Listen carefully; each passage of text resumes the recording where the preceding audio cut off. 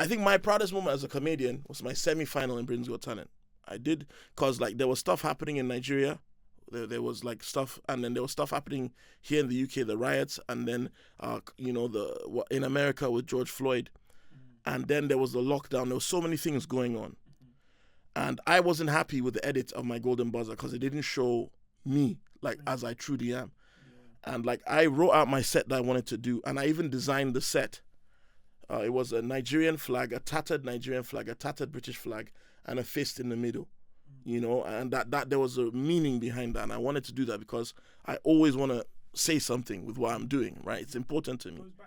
Yeah, absolutely. And they cut out 2/3 of my set saying that I can't do it.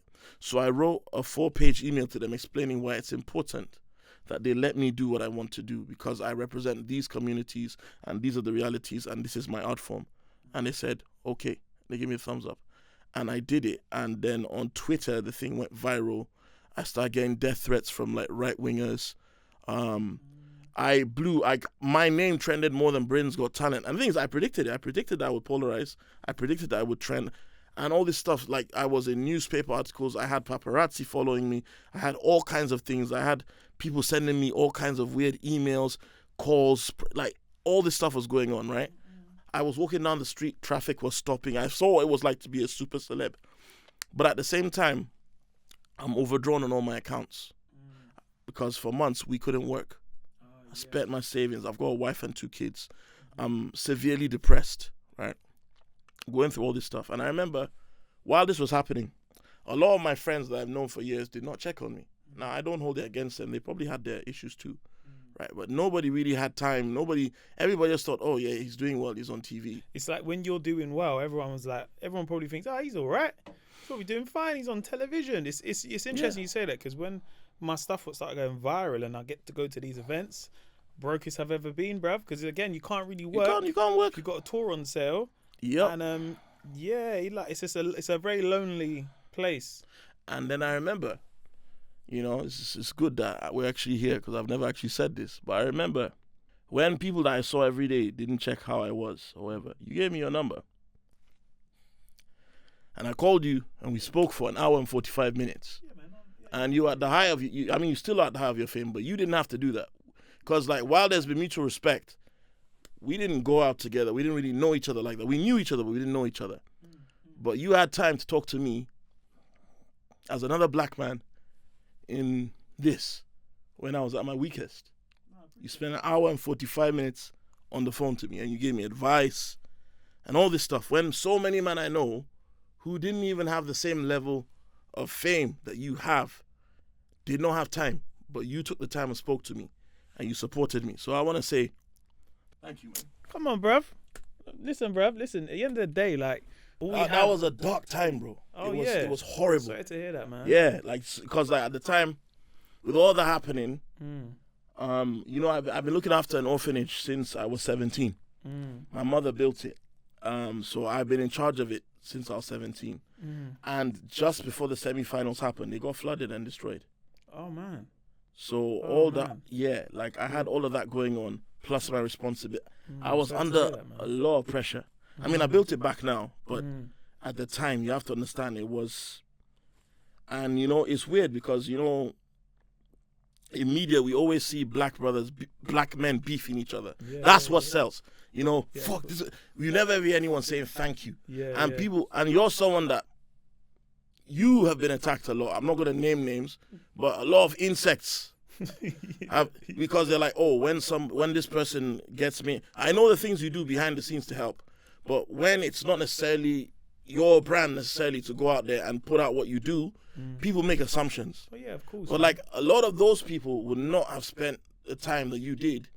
Because it wasn't even one phone call, it was a couple. But that particular day that I spoke to you for a long time, I needed that. And you had, you didn't have to do it. Nobody would have held you. Yeah, I think, so thank you, man. No, honestly. bro. Honestly, never thank me for those things, because that's just me. That's just someone reaching out and being like, hey, Mo, like, can I just chat to you for something? And I'm like, well, yeah, I'm at the house. Just, you know what I mean? Like, why? Yeah, because only you could understand. Like, no, it's such a mindfuck because, like, your face is everywhere online. people now recognize you and think you have things, and you're like, bro, like I'm You're flat. I'm, brother.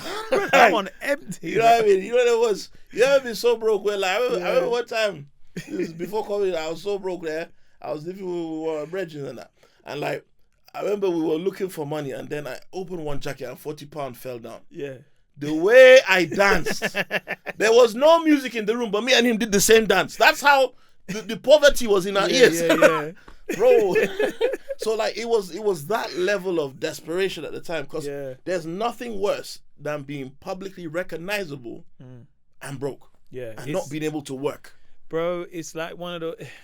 It's interesting you say that, because I remember, you know, when everything was going viral for me, which at the time was like people like, you know, in the streets, like you're saying, like cabbies, count the cans, what's that mean? What's up, and you're like, wow, everywhere I go, you know, I walk into a shop and people are like, hey, yo, like, I need to get a. You still live in the ends as well, which is not necessarily safe either. You know what it is? I always felt like actually, to be honest, it is safe. Do you know what it is? It's like you don't know how people are gonna take to you, so it's different once it's happened for a while. But you know, when you go into the barber shop and you know, like, oh, this brother knows me, but this guy don't. He's like, who's that guy? Oh, okay. Oh, that's you. That's your thing. Yeah, cool. Yeah. Because it's almost this thing of like, how are you gonna handle? Are you and I think that's where the safety comes in, where you're in this new, where you know you're not flossing or anything. No. But people are looking at the way your attitude is now. Yep. And I think that's where the safety comes in, because if you act like a dickhead, or you're rude to people, or you think you're too good, then you're like, I don't like this brother now. Yeah. I'm just gonna, and people won't even move to you because they want something. It's just because they can. Because to embarrass you. Do you know what I mean? Yep, I've seen that. I mean, luckily, generally speaking, people tend not to bother me. I want to, like, especially like where in Croydon, I'm almost like a mascot of the borough, like, which is something that I like. But I think that's also down to the kind of stuff that I do. But like at the time, it's weird, because I have some friends who just assumed that now I'm gonna think I'm too good for them. Yeah. So I didn't stop talking to them. They kind of just fell out of contact with me. Yeah. Or you've got people as well who are used to seeing you as the lower hand, and when in their eyes you become the upper hand. It kind of throws their perspective into whack, and they don't. So there was so many weird things, you know, the comedy circuit, how, you know, comedy clubs that never used to book me before, all of a sudden now they're big fans. Really? I still have an email where you said I was, you know. So like it was all of that, getting used to all of that, and then also the added pressure of the position I was in, because I was being treated as more than a comedian because of what was happening with all the riots, and we didn't know if things were going to open up. And then you've got the BLM riots happening. Because that must have been at a time, you're talking May 2020, where we're all in our house, we're all in lockdown. And I felt like things were consumed more. So television, we was watching it more. Exactly. So at a time when you get this golden buzzer, there's probably more people watching it now than previously or after. Do you know what I mean? And then that October, when the semi-final happened, like, you know, again, I was getting so much death threats from like right wingers, and then I was sending them a Croydon postcode and they won't show up. Yeah.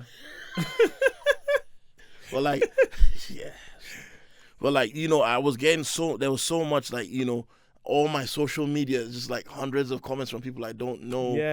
But like, it was just weird. And then just all of that. Like the BGT got very politicized. A lot of people, we need to cancel it because like Diversity did the dance. You know, you've got like all these big political commentators talking about a damn TV show. People saying that they should be boycott because of me. All that kind of stuff. It's like the experience was heightened.